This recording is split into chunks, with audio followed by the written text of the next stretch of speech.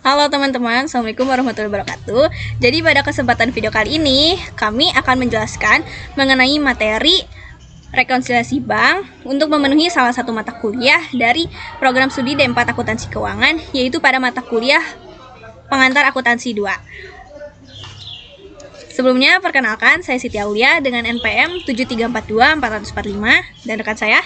Saya Prisa Duneja dengan NPM 734240016. Saya Claudia Gabriela dengan NPM 734240015. Akan menjelaskan mengenai rekonsiliasi bank. Apa sih tujuan kita mempelajari rekonsiliasi dua bank? Yang pertama, untuk menjelaskan pengendalian internal kas melalui penggunaan bank.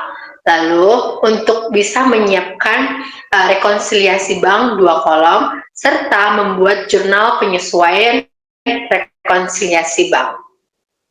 Nah, penggunaan bank untuk menyimpan uang, meminimalkan jumlah uang yang harus disimpan di perusahaan, dan meningkatkan pengendalian atau internal control terhadap kas. Perusahaan dapat meningkatkan keamanan kas dengan menggunakan bank sebagai tempat penyimpanan, menerbitkan cek, dan menguangkan cek yang diterima. Selanjutnya adalah cek. Cek adalah suatu perintah tertulis yang ditandatangani dari pemilik uang kepada bank untuk membayar sejumlah uang tertentu kepada penerima cek yang ditunjuk. Ada 3 pihak yang terlibat dalam suatu cek, yaitu pertama, pembuat cek, kedua bank, dan yang ketiga adalah penerima cek. Selanjutnya adalah laporan bank. Laporan bank atau sering juga disebut dengan rekening koran adalah laporan yang dibuat oleh bank dan dikirimkan secara periodik, biasanya bulanan, kepada pemilik rekening di bank yang menunjukkan pertama, cek yang dibayarkan dan jumlah debit lainnya yang dibebankan ke rekening pemilik, yang kedua, setoran dan jumlah kredit lainnya yang ditambahkan ke rekening pemilik, dan yang ketiga adalah saldo rekening setiap selesai transaksi harian. Selanjutnya adalah memorandum bank atau bank memo. Bank memo dibedakan menjadi dua. Yang pertama adalah memo debit yang menunjukkan adanya pembebanan atau pengurangan pada rekening nasabah, contohnya beban pelayanan ATM. Kemudian yang kedua adalah memo kredit atau kredit memo yang menunjukkan adanya penambahan pada rekening nasabah, contohnya adalah pada bunga simpanan. Kemudian selanjutnya adalah rekonsiliasi bank atau bank reconciliation. Rekonsiliasi adalah proses menyamakan perbedaan. Rekonsiliasi bank adalah proses menyamakan saldo kas menurut catatan perusahaan dan saldo kas menurut catatan bank. Rekonsiliasi bank diperlukan karena saldo kas menurut bank dan saldo kas menurut perusahaan jarang sekali sama, di mana seharusnya catatan perusahaan dan catatan bank harus menunjukkan saldo yang sama. Dalam kenyataannya, dua saldo tersebut lebih sering mengalami perbedaan.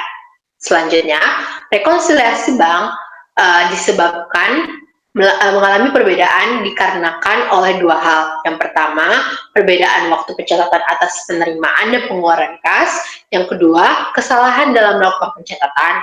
Suatu rekonsiliasi bank harus disiapkan oleh karyawan yang tidak memiliki tanggung jawab lain yang berkaitan dengan kas. Selanjutnya, ada tahapan untuk rekonsiliasi bank. Yang pertama adalah tentukan setoran dalam perjalanan atau deposit in transit. Yang kedua, tentukan cek yang masih beredar atau outstanding check. Yang ketiga, telusuri memo bank ke catatan perusahaan.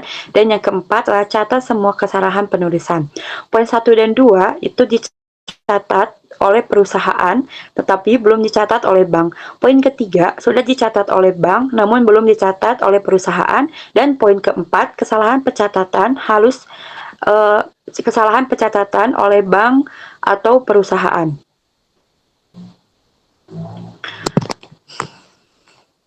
Selanjutnya, dalam rekonsiliasi bank itu ada dua saldo. Yang pertama itu ada untuk pencatatan dalam buku perusahaan dan juga ada dalam buku bank. Deposit in transit itu penambahannya adalah sudah menambah saldo kas, dan sedangkan di buku bank itu belum menambah saldo kas. Selanjutnya, outstanding check itu menurut catatan perusahaan sudah mengurangi saldo kas, sedangkan di buku bank belum mengurangi saldo kas. Selanjutnya, kesalahan pencatatan itu pencatatannya terpengaruh oleh jenis kesalahan pencatatannya. Yang keempat, tagihan atas wesel bayar dan bunga dan langsung dibayarkan ke bank menurut catatan perusahaan belum menambah saldo kas, sedangkan menurut catatan bank sudah menambah saldo kas. Selanjutnya, ada bunga giro bank. Menurut catatan perusahaan belum menambah saldo kas, sedangkan menurut buku bank sudah menambah saldo kas. Biaya administrasi bank mengurangi saldo kas menurut catatan perusahaan dan juga sudah mengurangi saldo kas di buku bank. Selanjutnya ada cek kosong. Menurut catatan perusahaan sudah menambah saldo kas sehingga harus dikurangi, sedangkan menurut catatan bank tidak mempengaruhi kas. Dan yang terakhir ada kekeliruan memasukkan setoran rekening giro oleh bank. Menurut catatan perusahaan tidak mempengaruhi dan menurut catatan bank sudah menambah saldo kas sehingga harus dikurangi. Selanjutnya adalah bentuk dan jenis bank reconciliation. Bentuk rekonsiliasi bank yang paling sederhana adalah rekonsiliasi bank 2 kolom, bentuk lainnya adalah 4 kolom dan 8 kolom. Rekonsiliasi bank 2 kolom terdiri atas beberapa jenis, yaitu yang pertama adalah rekonsiliasi saldo yang benar, rekonsiliasi saldo menuju saldo bank, dan rekonsiliasi menuju saldo perusahaan.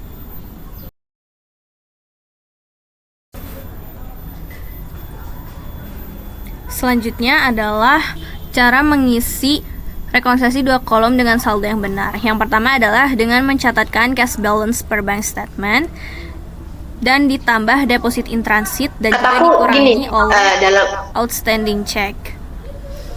Kemudian juga akan diketahui adjusted cash balance per bank statementnya. Kemudian untuk mencari cash balance per books pada perusahaannya ditambah dengan collection seperti note receivable plus interest earned dan juga dikurangi oleh NSF check dan bank service charge. Maka akan diketahui adjusted cash balance per booknya.